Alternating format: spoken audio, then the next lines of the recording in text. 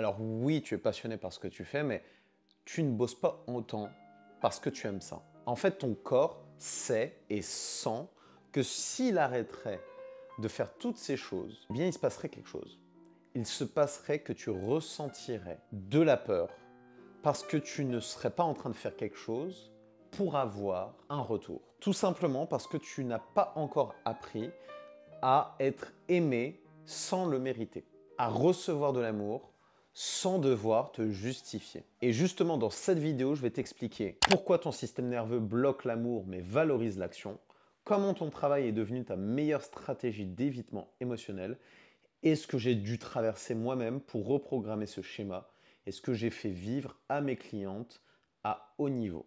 En fait, ton système nerveux et ton cerveau ne cherchent pas ce qui est bon pour lui, il recherche ce qu'il a toujours connu. Et ce qu'il a toujours connu dans ton cas, en tout cas si c'est ton cas, c'est le fait de devoir mériter l'amour. Ça, c'est ce que j'observe chez toutes les femmes entrepreneuses que j'accompagne qui ont eu cette dynamique et qui devaient quelque part mériter l'amour au niveau de leurs parents. Donc elles devaient toujours avoir des bonnes notes, elles devaient toujours être parfaites pour recevoir de l'attention de leurs parents. Bref, elles ont reçu un conditionnement qu'on appelle conditionnement opérant qui fait que leur comportement s'est ajusté par rapport au retour de leurs parents. Et donc, de proche en proche, elles ont développé ces comportements d'action, d'hyper-domination et sont devenues hyper performantes dans l'oubli de leurs propres émotions et de leurs propres besoins. Et ça, je le connais parfaitement parce que moi-même, j'ai été dans cette dynamique. J'ai été dans une dynamique où je travaillais constamment à un niveau extrêmement élevé, où je créais du contenu de façon presque industrielle, et j'avais été dans une relation avec une personne qui, elle, n'était pas du tout dans cette dynamique. Et du coup, moi, je me sentais frustré.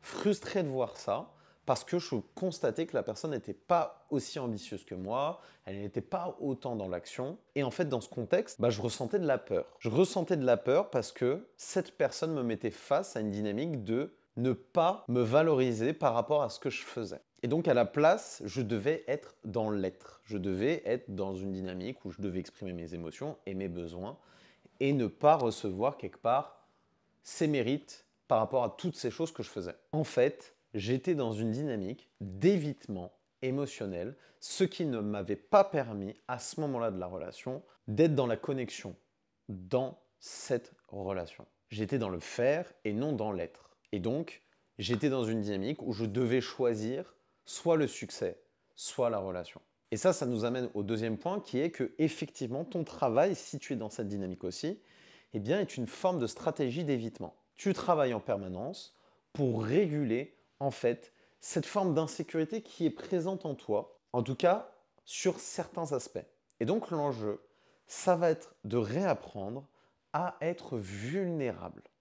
Réapprendre à sortir de cette dynamique d'hyper-indépendance ou en tout cas de recherche du résultat en permanence. Et là, tu vas rentrer dans une peur de si je lâche, eh bien j'ai peur que tout s'écroule. J'ai peur que tout ce que j'ai mis en place s'effondre. Sauf qu'en fait, tu peux arriver à avoir un résultat tout aussi conséquent en travaillant moins. Et en laissant cette place, tu arrives à créer une connexion beaucoup plus saine et beaucoup plus impactante avec ton partenaire. Et je le sais, encore une fois, parce que j'ai été dans cette dynamique. J'ai été dans une dynamique où je devais travailler en permanence.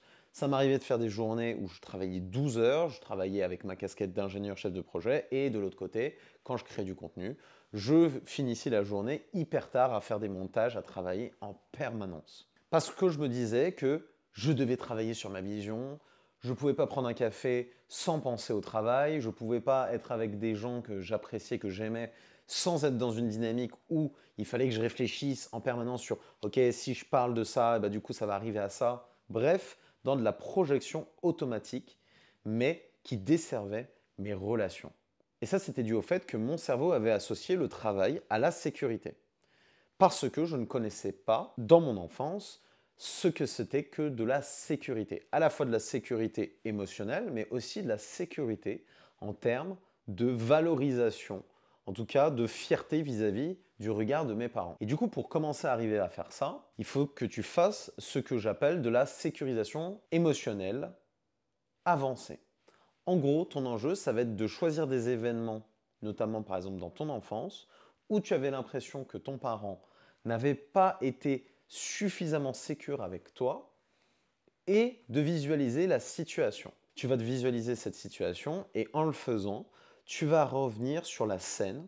Donc tu vas voir ton toi enfant et ton parent et là, tu vas exprimer les choses en communication non violente. Et en le faisant, ce qui va se passer, c'est que tu vas réécrire quelque part l'histoire qui est encore intégrée dans tes schémas neuronaux et tu vas enfin exprimer tes besoins, tes émotions que tu n'avais peut-être pas fait à cette époque. Et là, tu vas pouvoir développer une dynamique de connexion en réapprenant à réactiver cette part de toi que tu veux véritablement dans tes relations, cette part vulnérable.